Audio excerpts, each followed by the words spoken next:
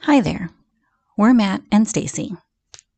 We recently bought an off-grid property in beautiful West Virginia. We've been busy making this property our own little slice of paradise, adding in a few modern conveniences, having fun learning all of the construction trades, and converting a pole barn into our future home. This channel is about my passion for painting with a torch and wax, and about our passion for adventure and taking risks. Consider subscribing and join this creative community. And don't forget, hit that thumbs up button if you're enjoying the video. In case you're new around here, we are on a month-long trip or so, traveling West Virginia to Tucson, Arizona, and back. And we just entered into the state of New Mexico. Welcome to Carlsbad, New Mexico, where we find a lovely little patio. And this is what happens when you're from the north and it's about 70 degrees here in New Mexico. You have the patio to yourself. Lovely spot and a lovely dinner. And welcome to our camp for the night. Hey y'all, is this the local watering hole? Local watering hole? Is this it? Should we pull over? Not very a friendly crowd here. Okay, tell me if this is ironic. We got all them cows out there, and I'll zoom out here. Free range and open fields that go on and on and on and on forever. Now tell me the irony that all of the campers are corralled within a gate. Is that funny or what? Speaking of camper, welcome to the bubble. We're just going to get all settled in here and we will pick you back up in the morning to hopefully be enjoying Carlsbad Caverns.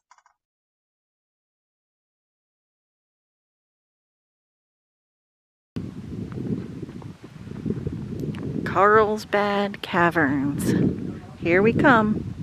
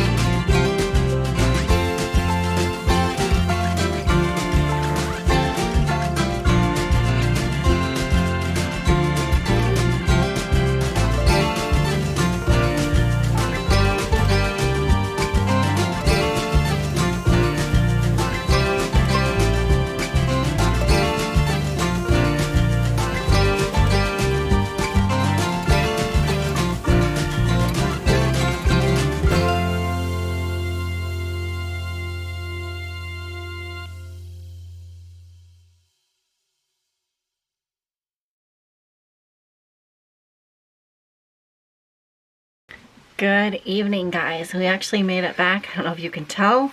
It is still light out. And we made it back to cook a proper meal.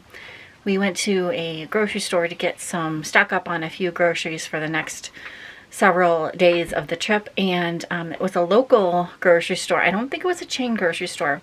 But anyways, they had a lovely selection of things, and Matt is in the kitchen cooking tonight, so I'll flip the camera around and show you what we got going on. Should be quite tasty. All right, Matt, what you got going on? We got, what, 3 kinds of burritos? Is that what we did? Yes, 3 burritos. And I'm not a pro, but I'm going to give a pro tip of just go to the grocery store. These were like $1.39 for these burritos, and they're pretty big. So we did several of those, pre-made. A little pico de gallo. De gallo, I was told. Pico de gallo. Mm-hmm. Some local beer. I thought we got something else too. I don't know. I mean, it's like literally like $5, $6 or something like that. So, good dinner. Well, hopefully. We haven't tasted it yet. But... Hey, here we are again. All right, today we did Carlsbad Caverns, and you have thoughts on Carlsbad? Very big hole.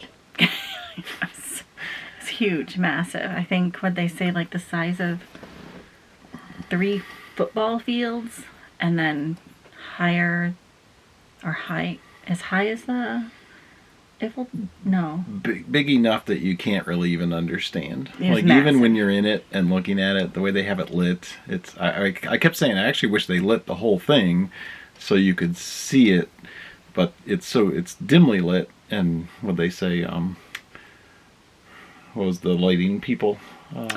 Theatrical. Theatrical lighting is how they, they hired theatrical lighting experts to come in and do that. But and it looked cool. It's well worth visiting. Kind of crazy, but you can't even imagine. Like you're 750 feet below the surface in a big hole, filled with, of course, the stalactites and stalagmites and all that kind of stuff. But it's just a natural wonder that you have to see it. Like we can't. The video, Stacy's gonna post video, I'm sure, and pictures. None of it will do any of it justice. You just have to see it for yourselves because it is pretty amazing. Obviously, it's a national park. We did like over 3 miles of walking today through it, if that kind of gives you a little bit of an idea. So that's it's not long walk or anything, but it's, decent amount. Big tip. You can take it. They have an elevator. Actually, it's crazy. You're talking about a hole in the ground, 750 feet, and it's just this massive space. But there's like a gift shop and a cafeteria and all the stuff down in the surface. There's elevators to get down. But we would recommend there's a natural entrance to the cave that is another 1.25 miles or 1.5 miles, like just to get to the big room is what they call it, the main attraction. So if you go and you're able, walk down the extra 1.25 miles or whatever it is through the natural entrance, because you just see so much more of the cave and just so much more of the fascination before you even get to the main attraction. It's crazy. So. And things are really well done. We actually also did an audio tour, which was like an extra $5. We didn't pay any extra to do a guided tour. We just did the self-guided audio tour, which was an extra $5 for the audio, which was also really well done. They had like little numbers, and you just punched a number into a little keypad thing, and they talk to you basically. But that was really interesting to do. Highly recommend doing that. Yeah. Interviews from the explorers and the initial people, and just commentary on what you're looking at, which is really cool to see too. Right, right. Again, the videos aren't going to do any of this justice, but highly recommend coming to Carlsbad. And we're definitely here during off season, so it was kind of nice because it was not, if you guys know us, I'm not big into crowds.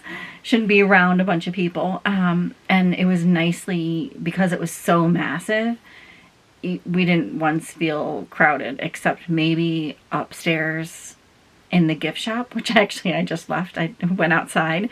So that, but that was the only really area that got Yeah, you didn't feel crowded in the cave. I mean, we like to take our time and explore and just admire it while we're in it. So we got passed by a few people, but even that wasn't crazy and not disruptive or anything like that. Yeah, the walkway definitely cool. Yeah, it's a paved walkway, wide enough, plenty wide enough. So it's really, really cool experience.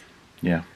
Yeah, it's one of those where you put your mindset into the early stages where the first people that discovered it, or the first person even, it was one person, 16-year-old, basically just said, I'm going to build a ladder out of rope and sticks and go down in this hole. And I don't even know how long to build the ladder, because that's just a dark hole.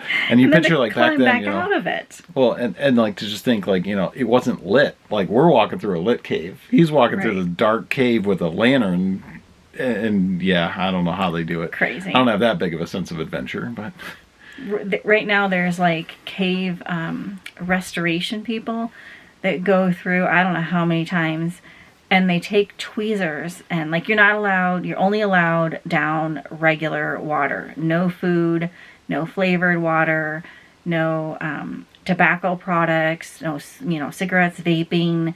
Just basically you, yourself, and a bottle of water if you want to carry a bottle of water. And of course they allow cameras. Except they have a cafeteria down there, then, which is strange too. But you're only allowed to eat the food right there, and we didn't eat anything. But anyways, but they have like restoration people that go around with tweezers and pick off any like lint or like from your clothes or like hair, which I thought was absolutely They describe crazy. it as caring for a fine piece of art. Yeah. Like how they restore art and take meticulous care of it.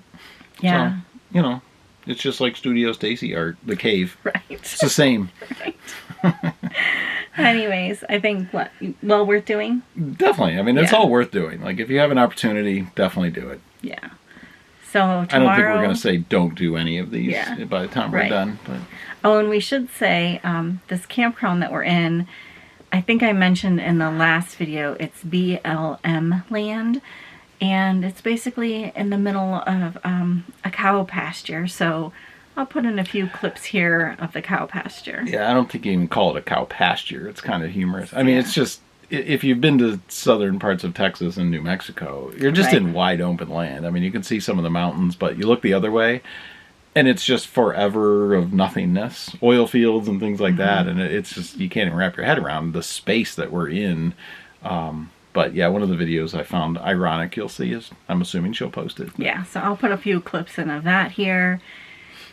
And tomorrow we are headed to White Sands. So we're leaving this area and headed to White Sands. And we'll take you along for that. Anything else to add? Oh, dinner was very good. Valley of Fire. Yeah. And then White Sands. Right. Camping at Valley of Fire recreation area, but that's like an hour from White Sands or something. Yeah, so we'll take you along for those. More cool areas that we've never seen and looking forward to exploring. Yep. So we'll see you in the morning. Bye. Bye. Welcome to Valley of Fires Campground. Here's your 360 for the day. The bubble.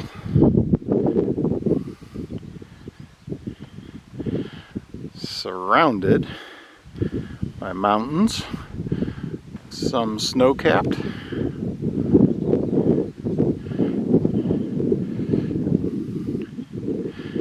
We've got sun about to go down.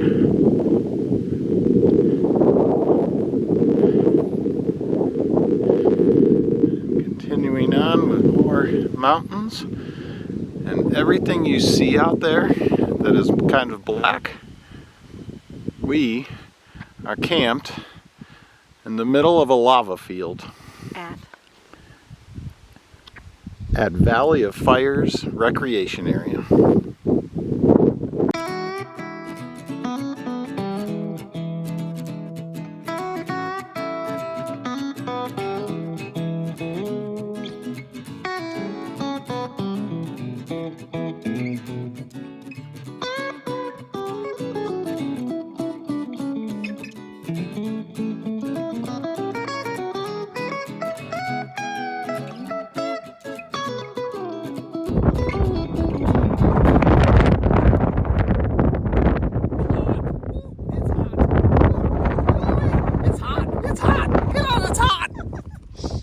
Good evening, all. It's been, I think, a couple days since we picked up the camera.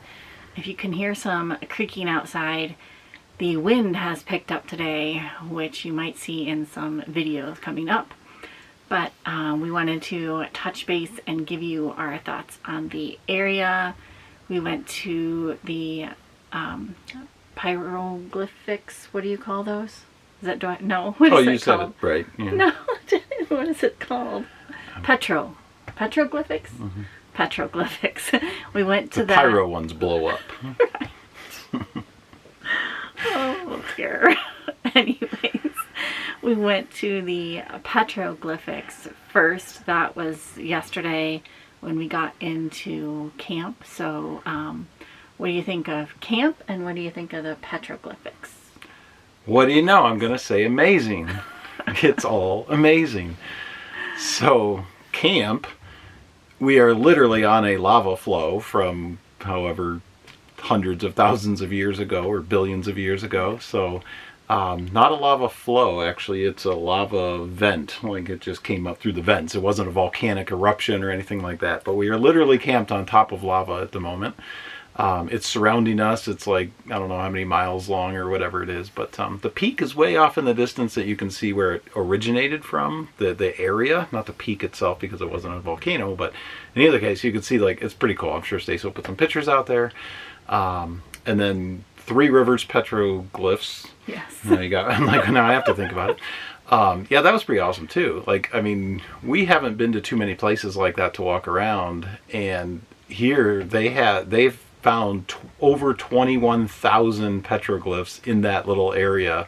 It was about a mile-long hike, maybe a little bit longer, in and out, so really just a half a mile trail. And even within that, like, I mean, we found, I can't even imagine how many hundreds we found.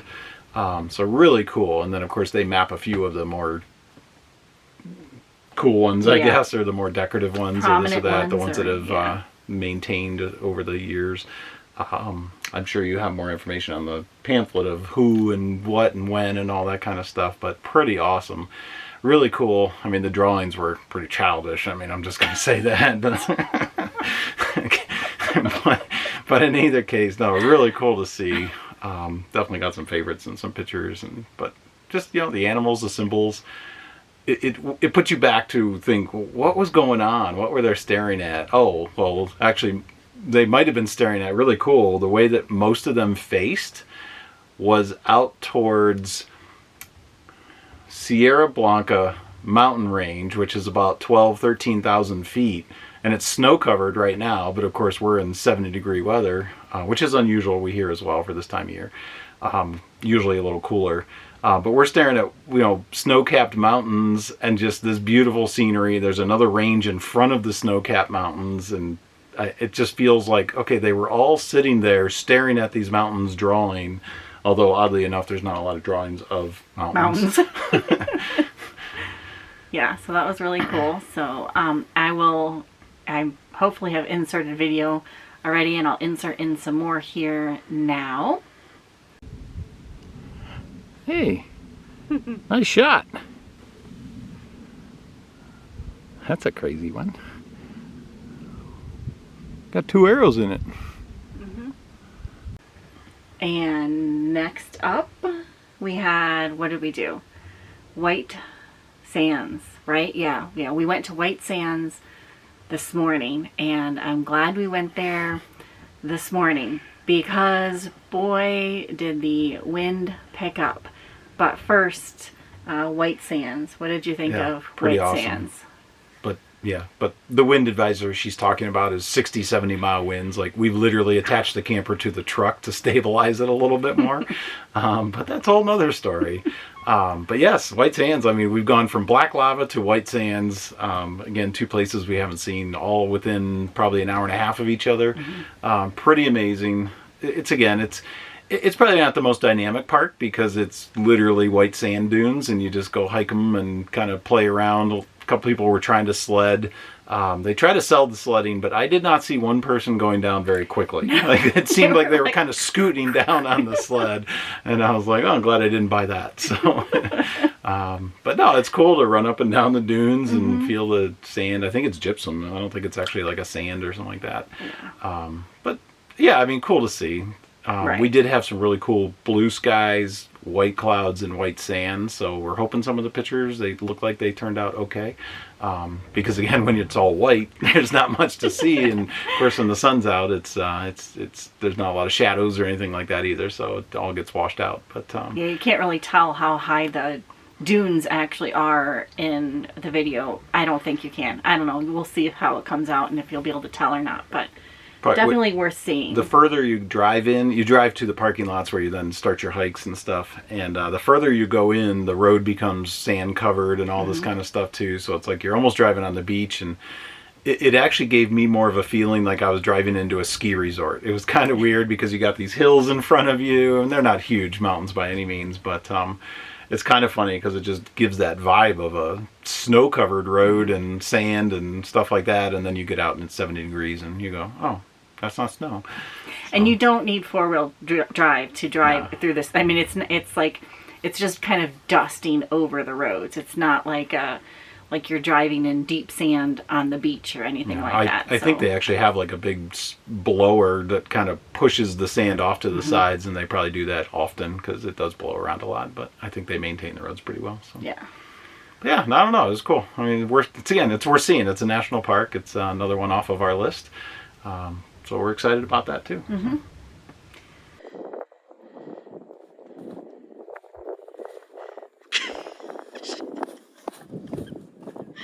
Might be better with the sled. Skiing in white sands. I need bigger feet or a sled.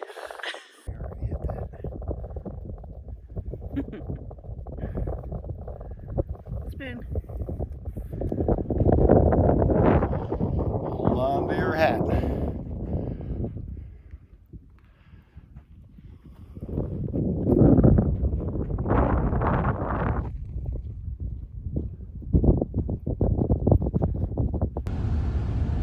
Do these dunes remind you of the top of my head?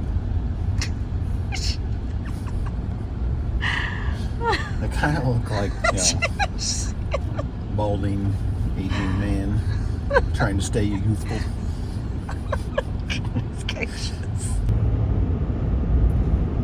I don't know if you can tell, but it's very, very like foggy-ish out here. I don't know if it's dust storm or a rainstorm. Very strange. All right, all. It has been confirmed.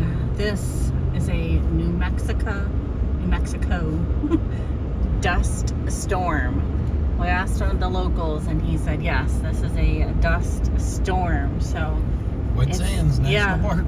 All from White Sands National Park, he said. Anyways, it's just crazy out. Crazy. Stacy, thank you for taking the time for this live interview at Pistachio World in front of the world's largest pistachio on Pistachio Land on National Pistachio Day. Who'd have thought we'd be so lucky to be here? Crazy. And that you'd have the time for this interview. So, has the pistachio nut always been like that, or has it cracked from the New Mexico sun and heat? I think it probably cracked. Interesting. Yeah, so it wasn't always like this, it's changed. Yeah, that'd be my take. So it was originally the world's largest uncracked nut, and now it's cracked. The world's largest cracked nut. Pistachio. Yes. Nut. Now, none of this has been proven via Wikipedia. These are just my personal thoughts. Oh, you're representing Pistachio Land today. Okay, great. So, when is the last time you hand painted the pistachio nut? Because it looks pretty fresh. It looks pretty healthy and. I've never hand painted it. This isn't my art. This is. Wait, what? This is the artwork of another fabulous artist. Do you know when it was last painted? No, no, I do not. Oh. No. Are you sure you're the right representative to be recording about the world's largest pistachio? No, I am not. Oh, I think you may want to. I think I got an email mixed up or something. You might want to look around for someone Interesting. Else. Okay. Well, I guess that's it, folks. I'll see if I can scrummage around and find the real nutty person. It's not me. In the meantime, enjoy the world's largest pistachio nut.